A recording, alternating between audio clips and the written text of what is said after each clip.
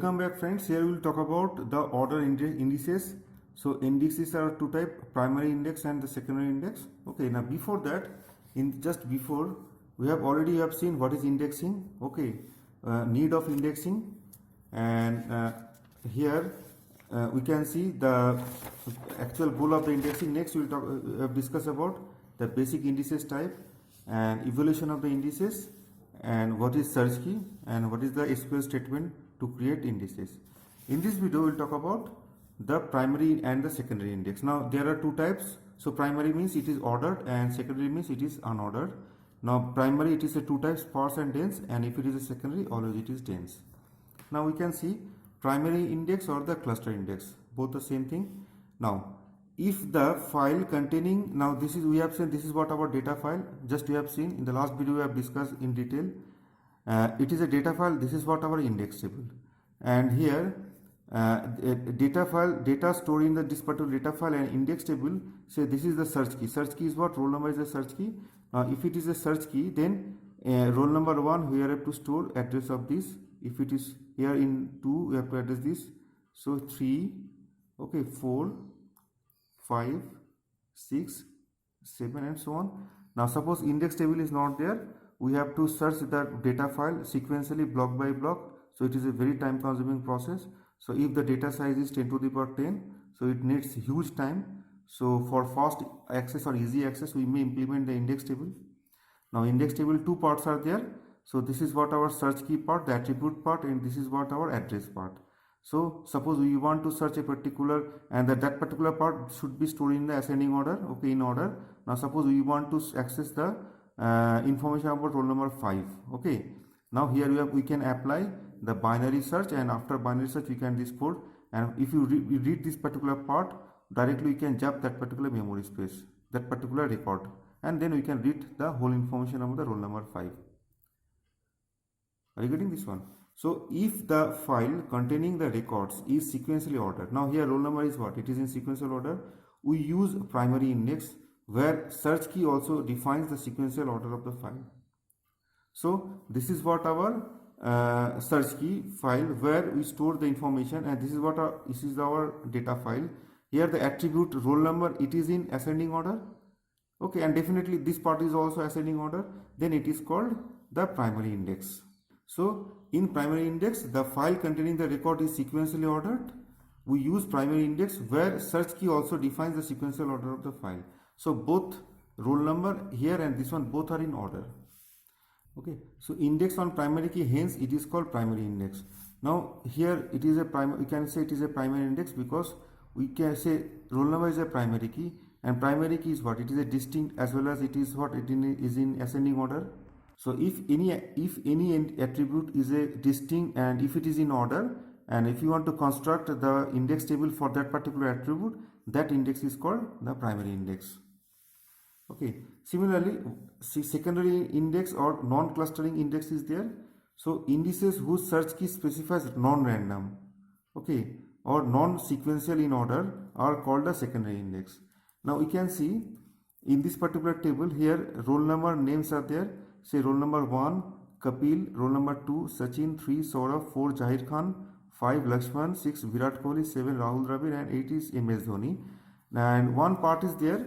So each and every row here, in first row store information about the second row store information about the third row. Suppose here the address is, say it is, say A1, so here it's stored A1.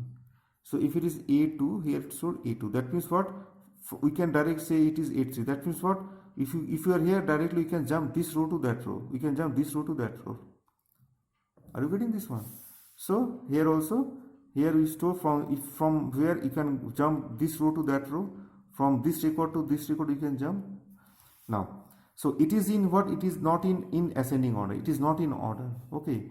And suppose we want to search particular say Zahir Khan. So we have to access each and every record to check where Zahir Khan is there.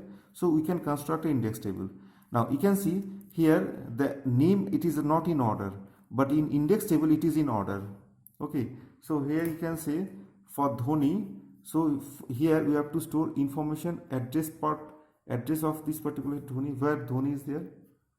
So here you have to, in Kapil, here you have to store address of this particular Kapil, and Lakshman, here you have to store this one information about the Lakshman, address of the Lakshman. Here Rahul, here you have to store address of the Rahul. Are you getting this one? Say Sachin, here you have to store address of the Sachin. Saurav, we have to store address of the Saurav. Virat, we have to store information about the address of the Virat. And Zahir, here we have to store address of the Zahir. So it is in ascending order, and suppose we need to know search where the information of the Zahir. So here you can apply the binary search, because it is the data is in what? It is in ascending order, and if you we have get the chart, and from that we just directly jump this position to that position and we can read this information. Suppose we need to know information about the Kapil Dev or information about the Dhoni. So here you have to search this particular part. Now Dhoni is here, and here is the address part. This is what the address part. Memory address is there, and from this position, from that particular part, if you read that particular part directly, you can jump this particular position and we can read information about the Dhoni. Okay, that we have discussed in detail. So please watch our previous video where we have discussed in detail. So here you have just discussed the difference between primary index and the secondary index. In the primary index, the attributes are already in order. Okay, but in secondary index, attribute it is not in order. We have to construct a table. Now in the index table, it is in order. Are you getting this one? But in primary index, the attribute it is in order. The search key is already in order, and we have to construct the index table. So this is called primary index or clustered index. It is called secondary index, or it is called non-clustering index. Next we will talk about the dense index and the sparse index. Are you getting this one? Now in dense index, an index record appears for every search key value in the file. That is index for every key value. Now here this is one index table. Now you want to construct for the roll number, and it is roll number, it is in ascending order. Are you getting this one? So if it is in ascending order, so here this is for the roll number, and this is the memory part, this is the key part, okay, search key part, and this is the address part. Say roll number 1, 2, 3, 4, 5, 6, 7, 8.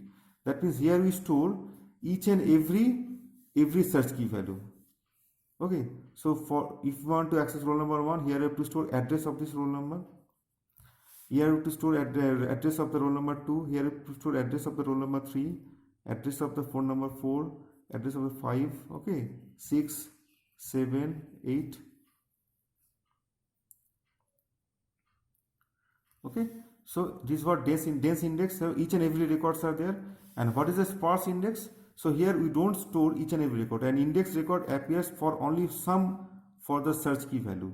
Now here you can see here 1, 2, 3, 4 roll numbers are there. Here also 1, 2, 3, 4 sir. Here we store each and every record 1, 2, 3. But here we store something.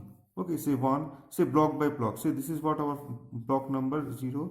This is what our block number 1. This is block number 2. So starting address at starting a data of that particular block. So here we have to store roll number for roll number 1. Here have to store roll number 4.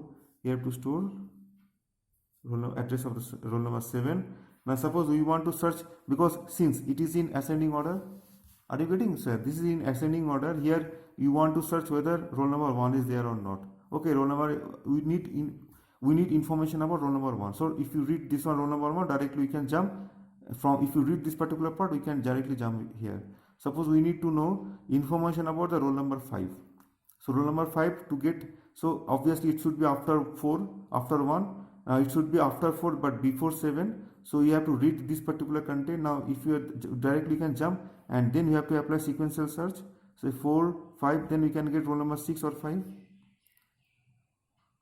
Are you getting this one? Now here we can implement this sparse index. If the key is in ascending order, then and only you can implement sparse index. And already you know secondary index is there. So if you use secondary index, definitely we have to implement the dense index. We cannot implement the sparse index. So here you can see implementation of the secondary index. This is what our dense index. Are you getting this one? So if it is a primary key, if it is a primary index, we can implement both sparse index as well as dense index. But if it is a secondary index, definitely you have to use dense index, because it is in order. The order is random. Are you getting this one? Next, what is the difference between dense index and the sparse index? Now dense index is what is faster to locate the record and it is slower to locate the record. Why it is faster? Suppose we want to, if you compare these two, suppose we need to know where roll number 6 is there.